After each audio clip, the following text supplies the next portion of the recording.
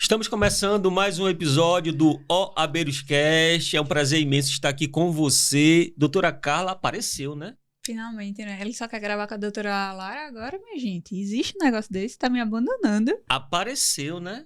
Você quer me abandonar? Vou ter que conversar com uma pessoa, porque já está tomando o seu tempo. Não. Eu estou honrando meus compromissos com vocês. Tudo certo. Hoje, doutora Carla, convidado, você que é oabeiro, fica aí, não sai daí, que esse conteúdo é riquíssimo. Por favor, doutora Carla, apresente o nosso convidado. Tendo em vista que ele é um convidado muito especial, inclusive professor de segunda fase em Direito Penal, apresente ele pra gente, por favor. Servidor do TJ Alagoas, professor de segunda fase e acabou de lançar um livro sobre práticas penais. Meu amigo, é um privilégio recebê-lo aqui em nosso O Abeiroscast. Olá, jovens. Olá a todos. Então, prazer estar aqui mais uma vez, né? Agora tô até me acostumando com essa história de podcast, né? Então, prazer também estar conhecendo a Carla hoje. O Ângelo já tinha conhecido, né? Para quem não me conhece, eu me chamo Felipe Rosa, sou professor, né, da área do direito público e do direito privado, mas tenho um trabalho voltado, no caso da OAB, na minha área, assim, de origem, né? Sou um penalista raiz, né? Então, na segunda fase, eu acompanho os alunos, né? Quem escolhe fazer direito penal, mas também ali na primeira fase, eu também dou aula de outras disciplinas, né? Mas acompanhando aí quem tá nessa fase da vida, né? Tava comentando aqui mais cedo que ser um oabeiro é um período da nossa vida, né? Um período da vida das pessoas que estão se preparando para se tornar advogadas e advogados. Então, como todo período, ele tem que ter um prazo, tem que ter um tempo para passar, mas a gente tem que viver bem esse processo. Doutor Felipe, agradecemos a sua disponibilidade de estar aqui com a gente. É uma honra recebê-lo. E queríamos saber o porquê da escolha do direito. Ele escolheu? Você tinha alguém na família? Como é que foi? O professor Ives, na minha época de Cefet, né? Ele dizia que ele não escolheu o direito. Foi o direito que escolheu ele, né? Mas eu costumo dizer que eu venho de uma cidade muito pequena, né? Eu venho de uma cidade aqui do Agreste Alagoano, venho de Itaquarana. E lá, como todo e qualquer interior, as autoridades são poucas. É o padre, o delegado, o juiz e o prefeito. Essas são as grandes autoridades do município. Então, eu acho que o magistrado sempre me chamou a atenção desde criança. E aquilo ali me chamou a atenção e desde então eu escolhi o direito. Escolhi fazer direito desde a época de infância, nunca tive assim muitas dúvidas e acabei me encontrando. Por que acabei me encontrando? Porque foi um tiro que deu certo. Eu tenho uma pretensão de fazer um projeto junto com os alunos do ensino médio, porque eu acho que é muito traiçoeiro você com 16 anos escolher o que você vai ser pro resto da vida. Se você mal se conhece aos 16, 17 anos, como é que você tem segurança para dizer eu quero ser isso até o último dia da minha vida? E aqui eu tô falando de vocação, Sim. que eu acredito que existe. Existe uma inclinação natural com as suas habilidades de o que você pode fazer. Por isso que eu digo que eu acabei me encontrando, porque você que está no colégio e gosta de matemática, física e química, mas quer fazer, por exemplo, o curso de Direito e se sente numa contradição, eu passei por isso também, né? E as minhas matérias mais fortes sempre foi matemática, física e química. E eu acabei fazendo Direito, que a princípio, digamos assim, não são as matérias fortes para a área. Eu tive dificuldade, né, nos primeiros períodos da faculdade, porque como eu fui estudante da escola técnica, que o forte são as exatas, eu confesso que eu tive essa dificuldade. Mas, assim, com muito esforço, né, eu fui vencendo ao longo do curso, mas não tinha ninguém na minha família para me orientar, e isso, de fato, eu reconheço. Isso pesa, porque eu acho que eu poderia ter encurtado alguns caminhos, mas reconheço também que o juízo crítico que eu tenho hoje, eu também devo pelos erros que eu cometi. Quando eu falo de poder ter encurtado os caminhos, o grande exemplo, Carla, é porque eu fiquei 2 anos estagiando no Ministério Público Federal e eu percebia que eu não tinha tanta aptidão ali com as matérias, né? Eu, Felipe, não tinha muita aptidão e eu tive a oportunidade de sair de lá e ir para o tribunal, que eu tinha passado também na prova de estágio, e eu acabei não indo por conta apenas, então também, principalmente por conta da remuneração do estágio, que era um pouco melhor. Se eu tivesse tido alguém que me desse um pouco mais de maturidade para dizer, olha, como é que você gosta de direito penal e você não está estagiando na área do direito penal. Como é que você acha, por exemplo, interessante a atividade da advocacia criminal, mas você não está buscando achar um espaço dentro dos escritórios que advogam na área? Então, se tivesse alguém ali para dizer, olha, vamos tentar alinhar os pontos, porque você está um pouco desconexo, entendeu? Acredito que quando você tem... E se você não tem essa pessoa na sua família, você pode buscar. Você pode, de repente, tirar uma dúvida com alguém, com algum professor e pedir uma orientação. E hoje a facilidade do mundo, né, de podcasts, falando sobre o assunto, até mesmo Instagrams de profissionais. Sim. E, doutor, me diga uma coisa, como foi essa fase da faculdade pra você? Os primeiros períodos é um saco, né? Todo mundo sabe aquela parte de sociologia, filosofia. Então, se achar no direito, como é que foi? Eu acho que, no meu caso, em certa medida, demorou um pouco para eu sentir que estava vingando, digamos assim, que estava amadurecendo e me formando enquanto profissional. O começo, de fato, foi um pouco difícil, que eu acho que eu precisei passar por essa adaptação.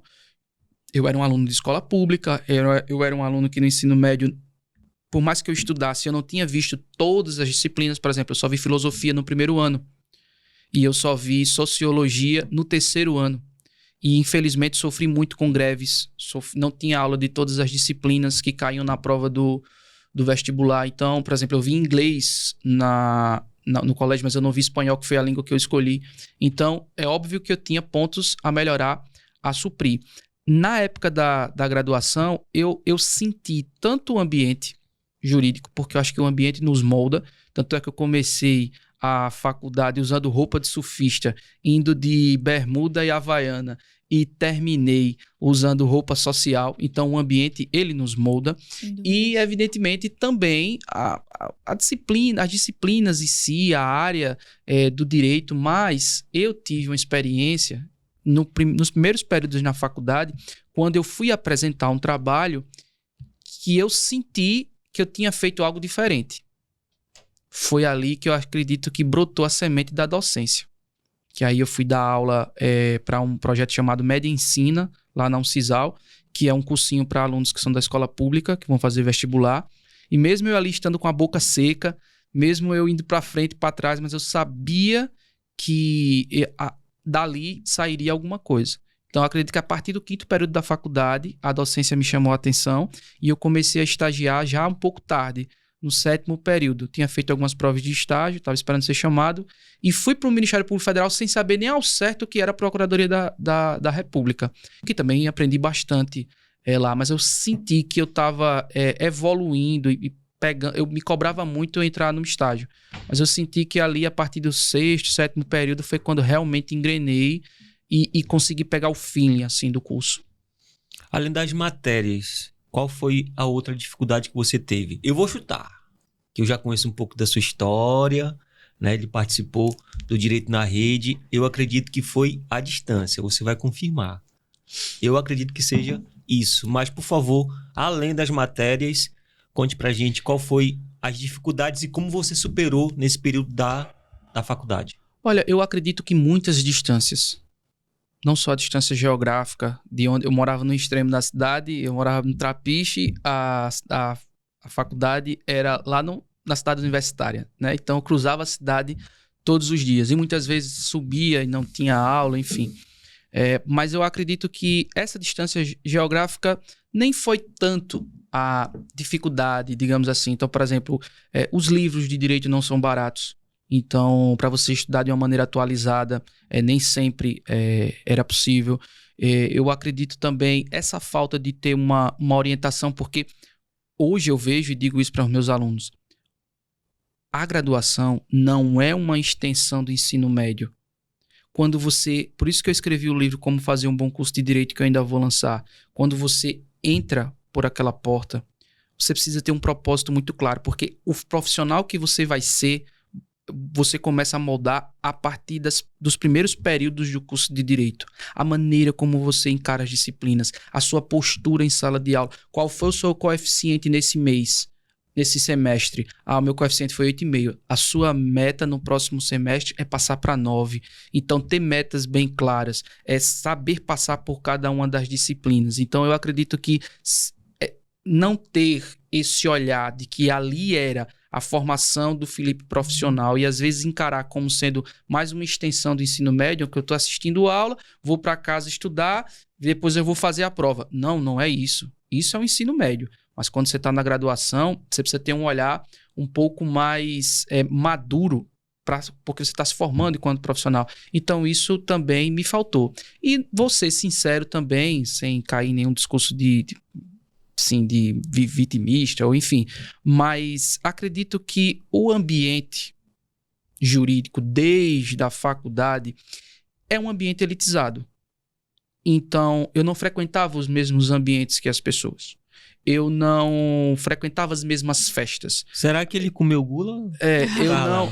Você comeu, sabe o que é gula? Aquele salgado? Sim, muitas vezes. Como é que foi a sua trajetória? Tu comeu muita gula? Muita box. Muita box. A mesma família. Muita box, né? Mas assim, eu acredito que isso influencia sim. Porque quando você frequenta os mesmos lugares, quando você vem das mesmas escolas, quando você vivenciou as mesmas experiências durante o período da adolescência, de você se conhecer, de ir para as festas de formatura, se conhecer de estudar dos mesmos cursinhos, de você se conhecer de às vezes isoladas, isso cria um ambiente que eu entendo que é favorável. Cria afinidades. E eu cheguei ali sem ter essas afinidades. E a maioria das pessoas, em certa medida, digamos assim, tinham essas afinidades e eu fui, aos poucos, me encontrando dentro daquele ambiente. Então, eu acredito que isso, em certa medida, é também um fator que influencia. Evidentemente que não é o principal. Por isso que eu fiquei muito emocionado, acho que a palavra é essa, muito emocionado mesmo, quando teve a prova para professor substituto da UFAL, da Faculdade de Direito, e eu passei em primeiro lugar. Então, isso para mim foi um significado muito grande. Eu fui estudante, terminei a graduação, depois eu fiz um mestrado lá de Direito Público, também na FDA, na UFAL, e anos depois, quase 10 anos depois, eu fiz a prova para professor substituto e consegui levar êxito de passar em primeiro lugar. Ainda não fui chamado porque foi cadastro de reserva, há uma possibilidade de ser ou não, mas fiquei bastante assim, emocionado porque eu olhei lá para trás e eu disse, poxa, eu não imaginava que um dia eu poderia, se for chamado, ser professor no lugar onde eu estudei. Então, isso para mim mexeu bastante. Mesmo. Foi. E, doutor, me diga uma coisa. Você hoje é penalista, dá aula também na área. Como foi para você olhar assim e dizer, não, eu estudei a parte civil, eu estudei administrativo, vi a parte tributária, mas eu me identifico com essa área. Penal. Como foi? Olha, vou ser bem sincero e crítico ao mesmo tempo em relação a mim. Eu morei 10 anos na periferia. Então, os meus amigos morreram, meus amigos de infância. Eu trabalhei desde os meus 6, 7 anos de idade. Morei muito próximo à favela. Então, o crime era muito mais fácil de entender do que um título de crédito. Tá? Então, eu acredito que a minha inclinação, a princípio, para o direito penal é porque a gente, infelizmente, hoje menos, eu acho, mas há alguns anos atrás, vivia num estado muito violento. Então, a violência, a criminalidade, o tráfico de drogas, o furto, o roubo. Meu pai, por exemplo, foi assaltado várias vezes. Meu pai praticamente teve que fechar o comércio dele por conta dos assaltos. Então, aquilo ali me marcou muito, marcou a minha infância, marcou a minha adolescência. Então, para mim, o direito penal fazia mais sentido. Eu acredito que isso teve uma influência. Mas, evidentemente, por razões múltiplas, eu acredito também pela minha vida religiosa e espiritual, eu acho que de todos os ramos do saber jurídico, o direito penal é o que está mais próximo da moral cristã. Eu estava comentando sexta-feira no podcast, eu falava, por exemplo, na teoria do crime, para você cometer um ilícito, você tem que ter a potencial consciência da ilicitude e você tem que ter a exigibilidade de conduta diversa. Lá na teoria do pecado, para você pecar, segundo o catecismo da Igreja Católica, você tem que ter o pleno conhecimento que viola a lei de Deus e o pleno domínio da vontade. Se isso não for os elementos da culpabilidade, tanto é que lá na teoria da pena, a teoria retributiva vai dizer punito quia peccatum est. A própria palavra penitenciária vem de penitência. Então, eu acredito que outras áreas da minha vida eu fui vendo laços. E também fiquei muito feliz de ter montado uma palestra que eu dei tanto na OAB quanto na conferência da paróquia universitária. Eu levei para dentro da igreja, levei para dentro do ambiente jurídico a mesma palestra, que é as contribuições da doutrina católica para o direito penal, né? Que é um artigo que eu penso escrever no futuro, fazer essa relação do direito canônico com o direito penal. Porque o direito penal, ele absorveu a moral cristã. O que era o aborto, senão a proteção à vida? O que é o roubo, senão e o furto, senão o mandamento de que não furtarás, não roubarás? O que é o homicídio, senão o mandamento de que não matarás? O que era o adultério, senão o mandamento não cobiçarás a mulher do próximo? Então, o direito penal, ele absorveu muito da moral cristã. Então, eu acredito que isso também influenciou eu brilhar mais os olhos para o direito penal, porque o direito penal ele traz o drama. O Bettiol, Giuseppe Bettiol, o grande jurista italiano, diz isso. O direito penal sempre foi a mais atormentada das disciplinas. Então, o drama humano sempre me chamou a atenção. E no direito penal, a gente vê o drama da vítima, a gente vê o drama do preso, a gente vê o drama das famílias. E tinha um artista, né, na minha infância, que morava lá no Vegel do Lago, na Rua da Palma, um homem chamado Oswaldo Silva, que ele tinha uma música, na verdade ele tinha uma trilogia, que ele tinha, em tese, ele tinha sido acusado da morte da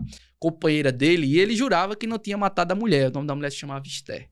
E aí ele escreveu várias músicas contando essa trajetória. A música de quando ele foi processado, a música de quando ele foi condenado e a música dele dentro da prisão. Então, imagine para uma criança de 7, 8, 9 anos de idade escutando isso, né? Isso reverbera lá na frente na pessoa que você vai se tornar.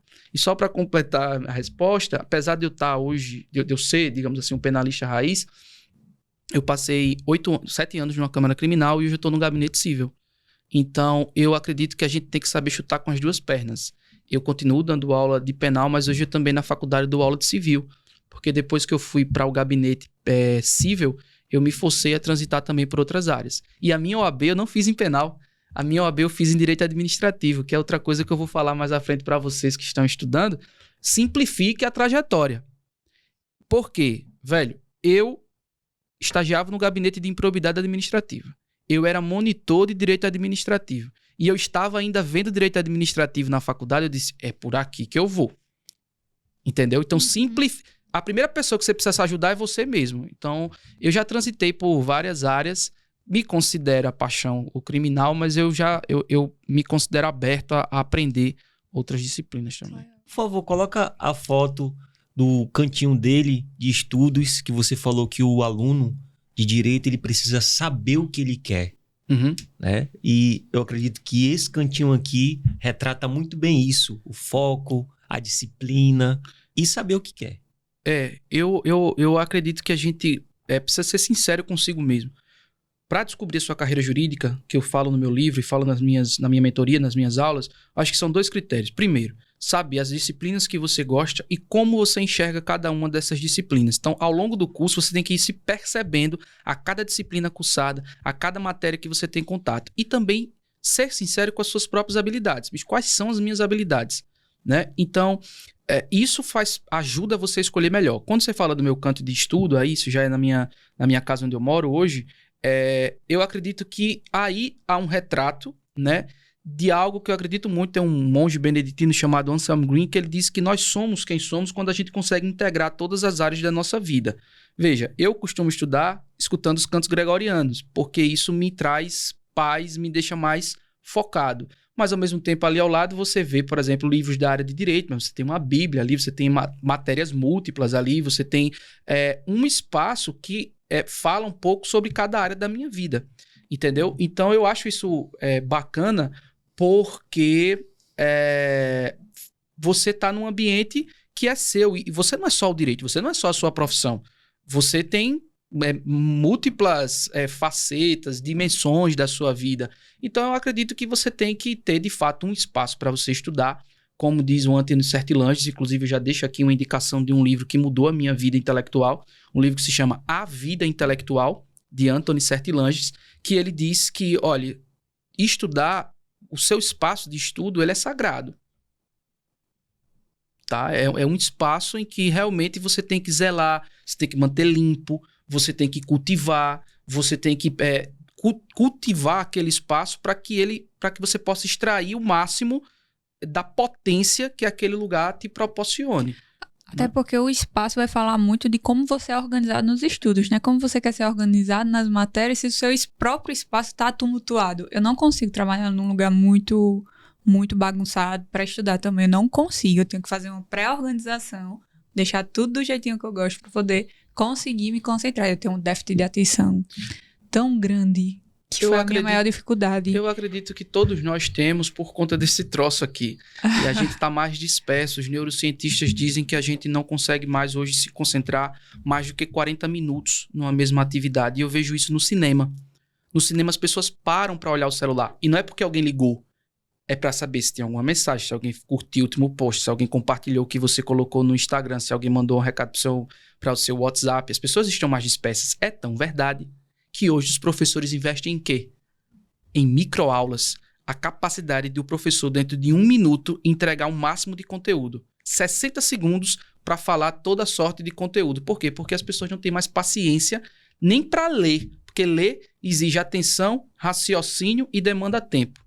E assistir um vídeo você pode acelerar na velocidade de 1.5, 2.0 e você consegue ter mais conteúdo em menos tempo. Porque a nossa sociedade é uma sociedade de imagens e uma sociedade acelerada. Eu assisto em 2.0 os vídeos. Eu assisto 2.0 também. Áudios de WhatsApp é a mesma coisa, as pessoas não têm paciência mais. Só que isso nos deixa pessoas impacientes.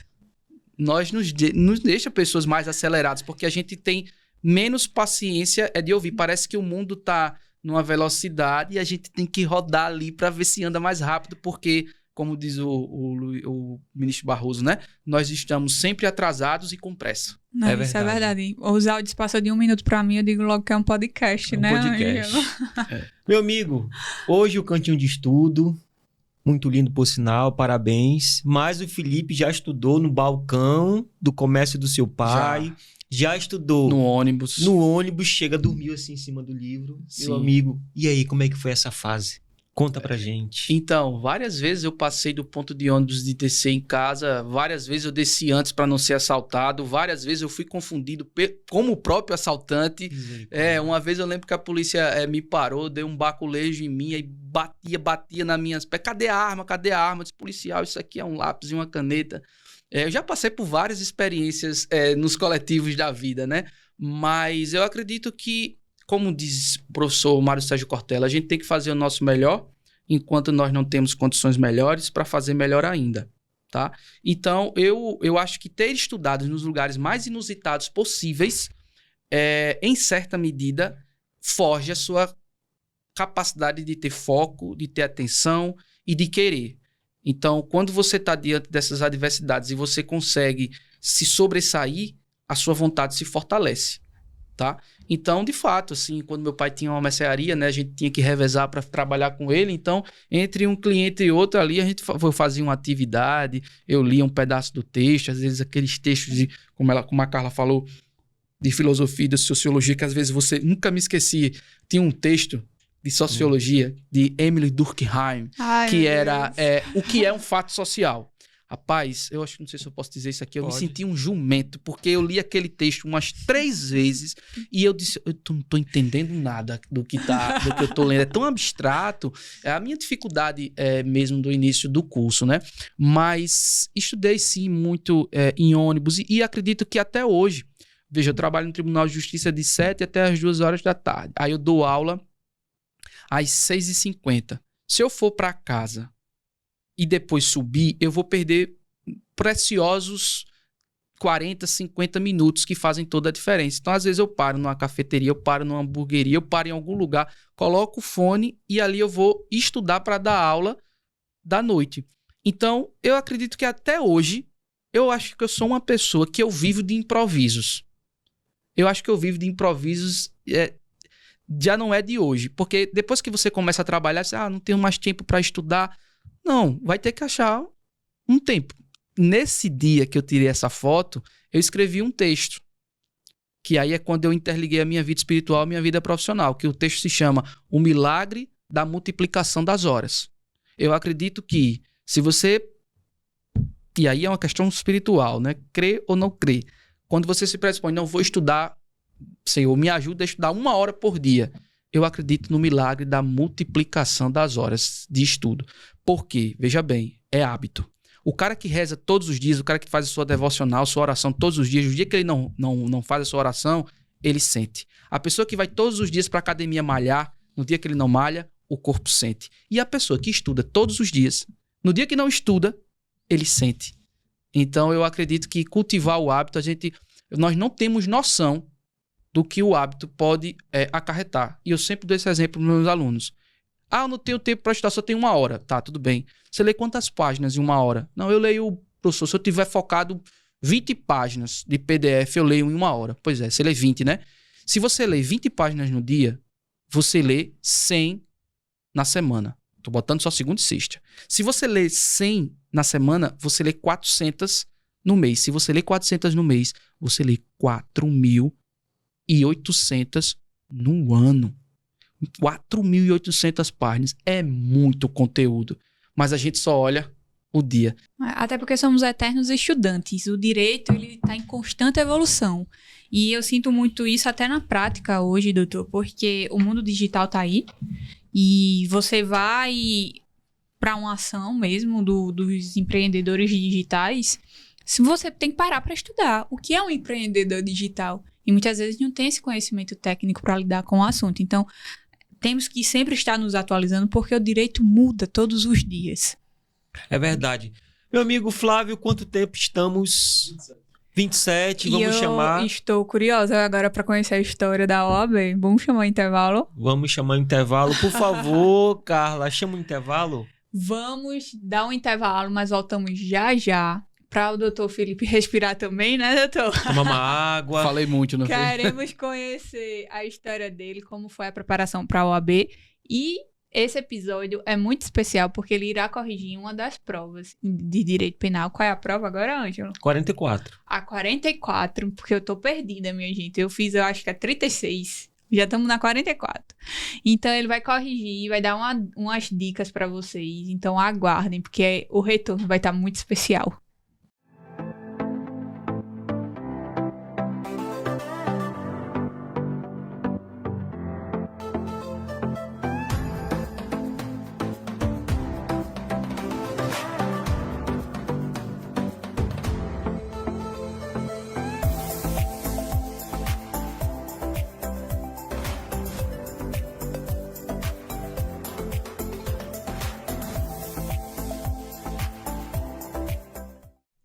Voltamos, OABeiros, agora com o quadro que vocês já sabem, que é falar um pouco da OAB.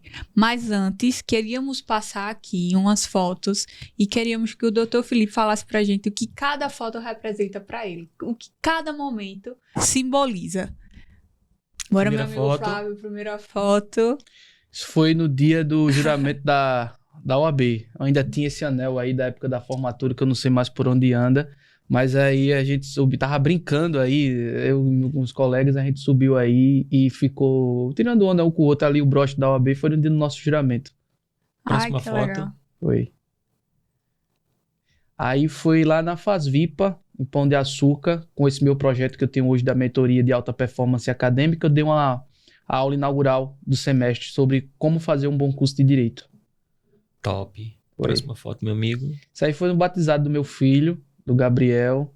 Isso é minha esposa, Itamara. Isso é lá na Igreja São Benedito, aqui no centro de Maceió. O Gabriel é meu primeiro filho, né? Hoje ele tem um pouco mais de 2 anos. E família é o que eu linda. costumo dizer, é o experimento de uma alegria genuína, né? Que é a alegria de ter contato com a minha família, meu filho, todos os dias. Né? Manda um beijo pra sua esposa. Obrigado. Aí foi no dia que eu fiz a minha consagração no Carisma Shalom, que é na comunidade que eu faço parte, né? Que eu recebi o meu sinal. E foi lá na Virgem dos Pobres, né? Inclusive um lugar que eu recomendo para todos que são católicos, ou que até não são, é um lugar bastante espiritualizado, né? Que foi uma missa bem especial nesse dia. Foi durante a pandemia, eu estava até de máscara. Ali a minha esposa que tá ao meu lado, na época, noiva. Entendi. Ô, meu amigo, você acredita, olhando para essa foto, que a fé te sustentou na sua trajetória no decorrer desses anos e te sustenta, claro? Eu escutei isso de um psiquiatra. O psiquiatra me disse isso. Que a fé te Foi. sustentou. Eu escutei isso de um psiquiatra. Na época do exame de ordem, essa parte de finalização de faculdade e exame de ordem, você se agarrou a algum versículo, a alguma palavra? Não me recordo agora como foi esse fator espiritual na época que eu me preparava para a prova da OAB. Mas eu me recordo, e agora fazendo uma... Nunca tinha parado para pensar nisso, mas fazendo uma leitura espiritual daquela época, na filosofia e na teologia existe uma mesma análise, digamos assim. Existe o tempo Cronos e existe o tempo Kairos. Existe o tempo cronológico que você consegue cronometrar, mas existe o tempo da graça, aquele tempo que, tipo assim, aquilo que você faz e você não vê a hora passar. Esse é o tempo Kairos, né? Então, eu acredito que naquela época eu estava vivendo um tempo de Kairos. Por quê? Eu tinha iniciado iniciar o nono período e eu tinha passado na monitoria de direito administrativo e tinha começado, já estava no estágio de improbidade. Quando eu senti que dava para passar na prova da OAB, que eu passei na primeira fase, aí sabe quando tudo, o ambiente, o que você está vivendo, o momento que você está vivendo é bom, então eu acho que eu estava numa boa vibe, digamos assim, num bom momento em que as coisas estavam caminhando bem. E ali isso me deu confiança, me deu empolgação para eu prosseguir. Isso eu me lembro de uma maneira muito nítida. Entendi. E eu quero deixar aqui, Carla, uma frase para esse OABeiro que está acompanhando o nosso podcast de hoje. Meu amigo, nunca foi fácil, não está sendo fácil e nunca será fácil. Mas você precisa ter a certeza de uma coisa. Você vai vencer.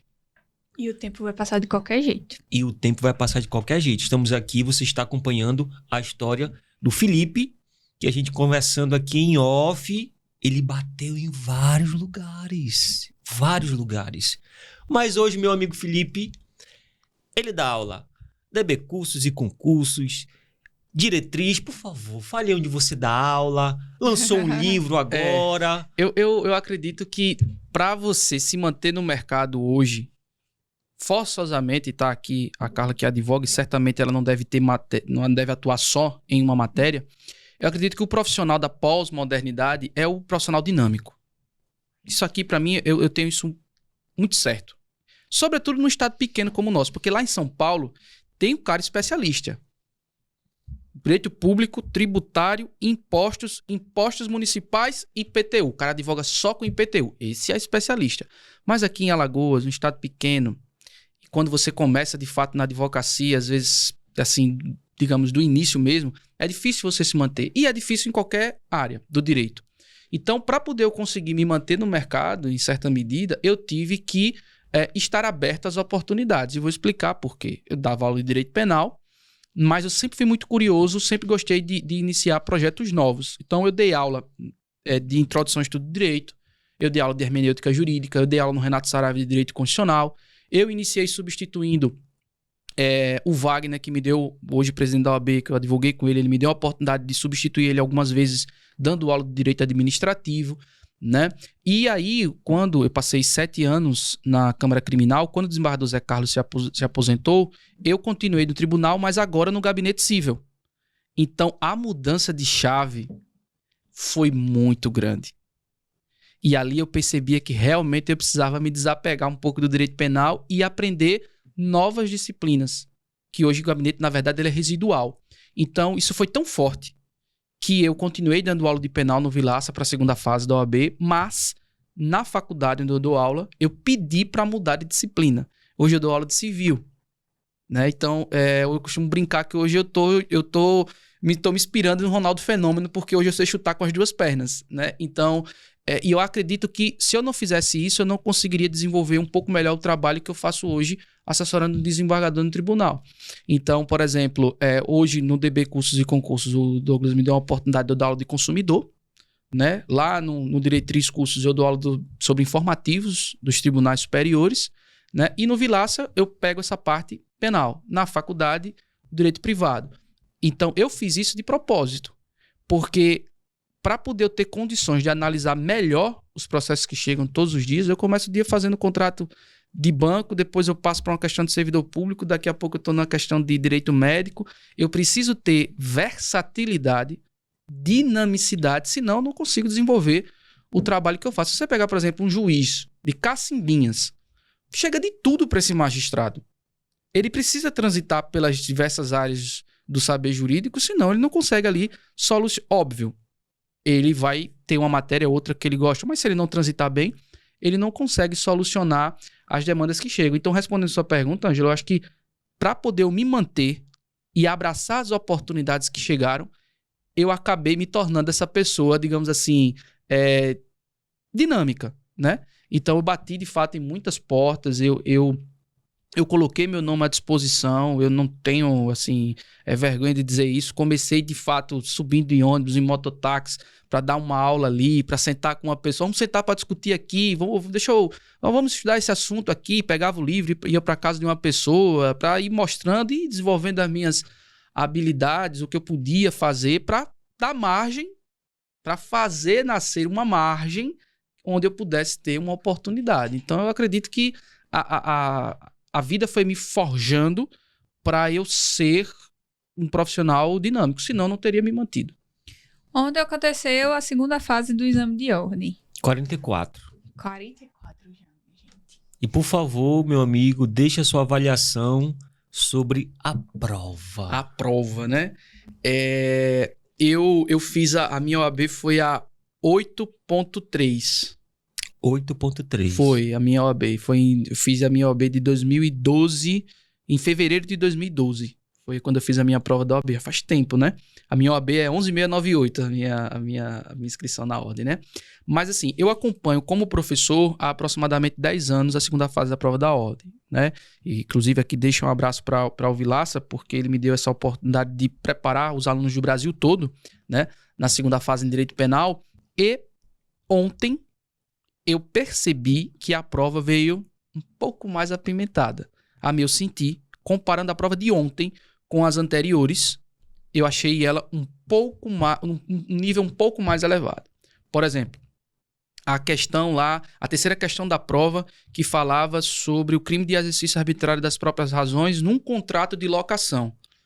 Se você prestar atenção, é a única questão da prova que o gabarito não trouxe nenhum fundamento da lei e nenhum fundamento de jurisprudência. Veio só a doutrina.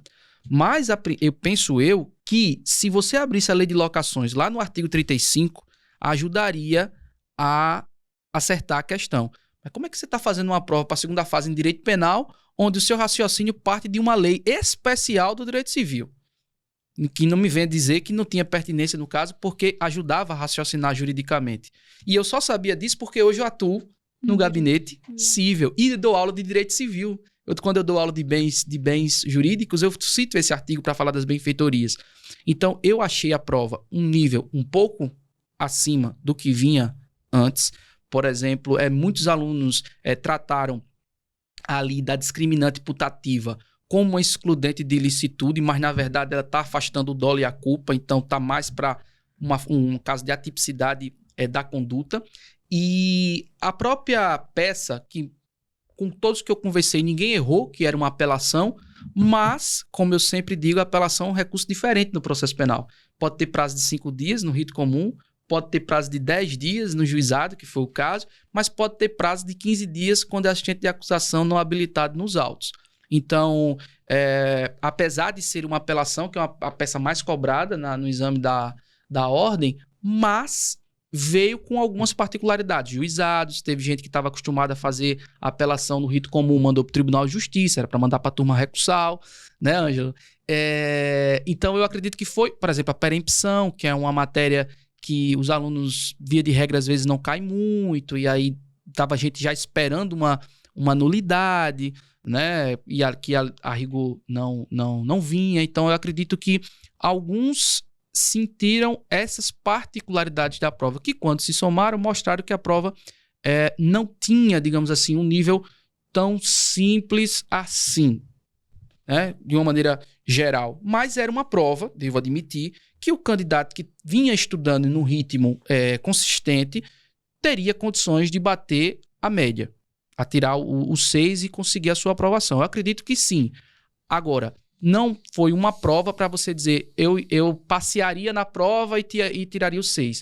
Mereceria, digamos assim, um olhar atento para conseguir garantir o básico. Foi o meu primeiro olhar, digamos assim, da prova. Eu chutei alguns pontos que acabaram caindo, né? Falei para meus alunos, olha, acho que vai cair alguma coisa sobre acordo de não persecução penal, e veio uma questão tratando sobre isso. Vai cair alguma coisa sobre ação penal privada, e de fato veio mais de uma questão. Mas eu costumo dizer para o aluno de segunda fase, duas coisas muito simples. Primeiro, o estilo de estudo para a primeira fase é você acertar a questão que já está certa lá. Você só precisa identificar qual é a assertiva que tem que marcar. Então, você tem 25% de chance de acertar a questão mesmo sem saber. Mas na segunda fase, o estilo de estudo se modifica. Você precisa, de fato, raciocinar juridicamente e você tem que lutar por cada décimo, porque a prova ela vem em branco. E você tem que, a cada linha, a cada disciplina, a cada resposta, fazer o seu melhor para gabaritar os pontos. Então, o estilo de estudo para a segunda fase muda. E a maior dificuldade que os alunos possuem é escrever. É transferir o que está aqui para o papel e fazer um texto de começo, meio e fim. Por quê?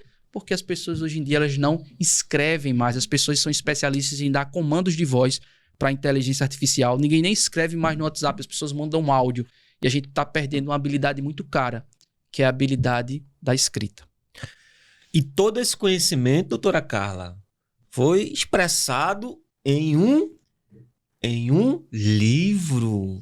Doutor Felipe lançou um livro de práticas penais. Por favor, Flávio, bota aqui na tela e queremos que você fale um pouco desse livro, Prática Penal, o guia para aprovação do eu exame. vi um amigo meu postando esse livro, doutor.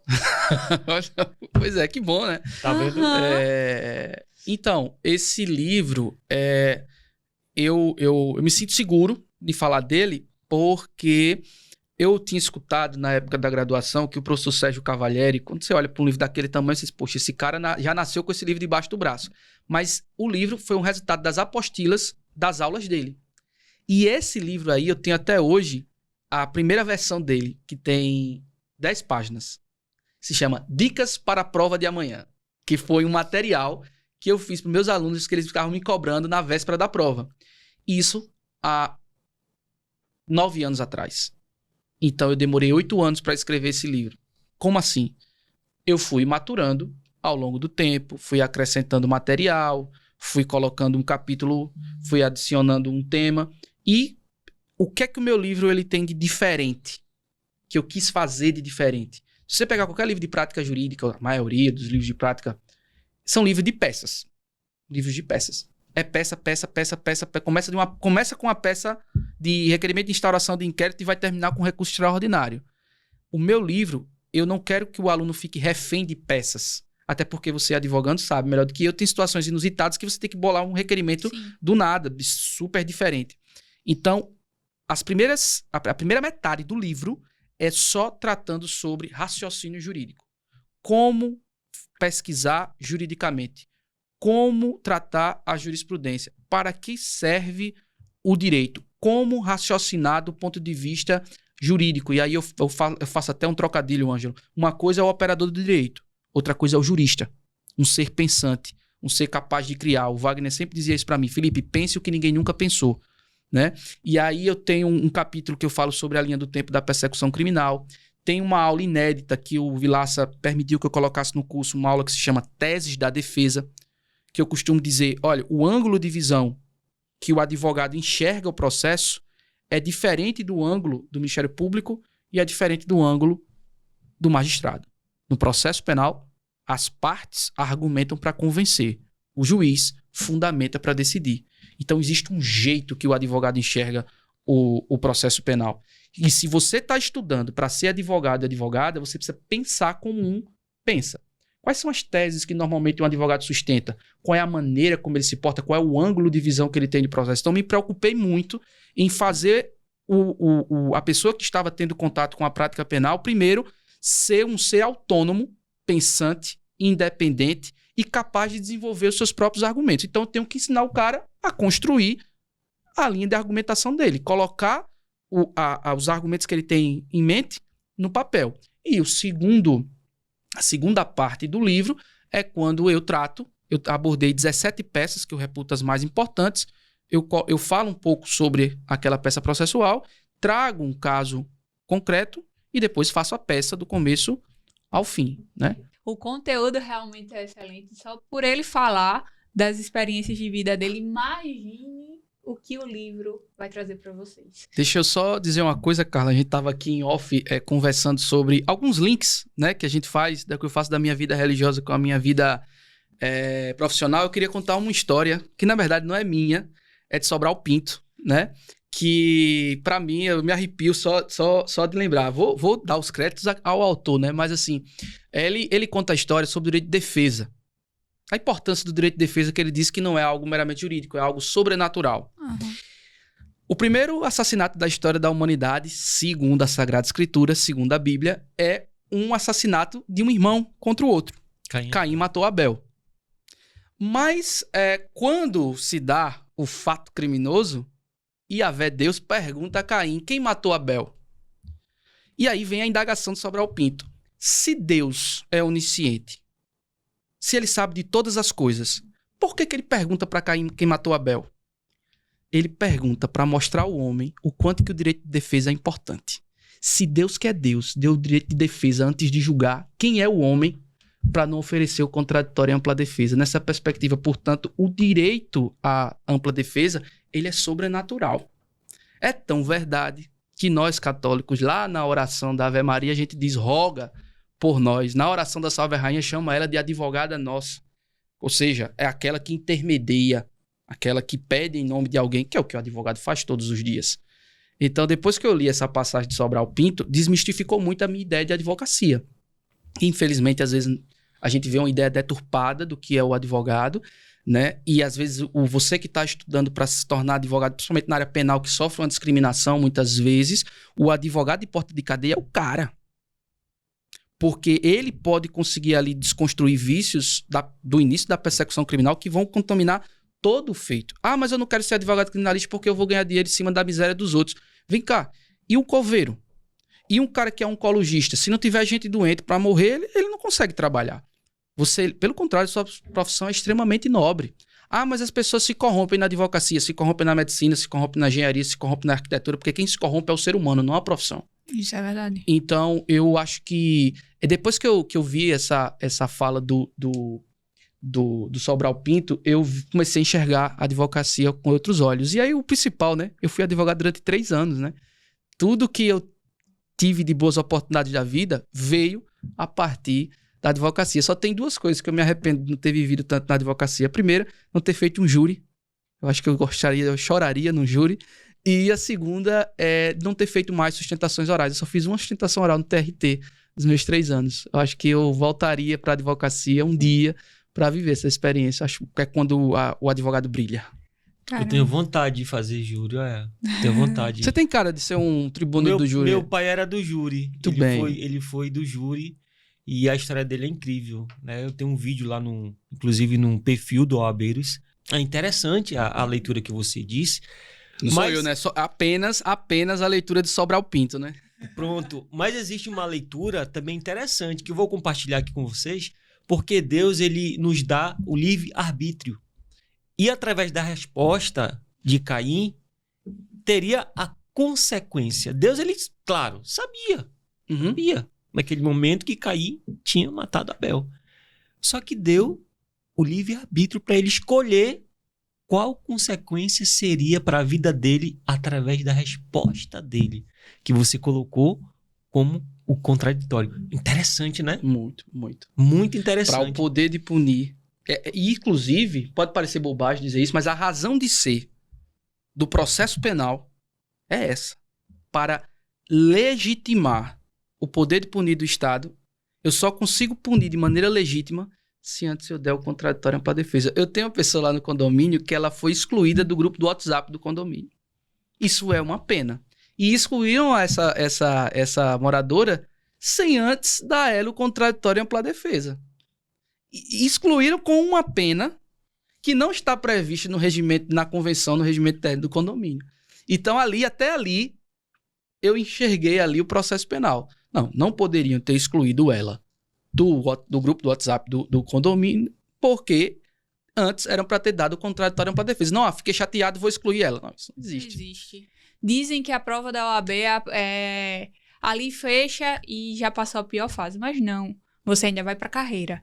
Construir uma carreira, construir um nome é complicado.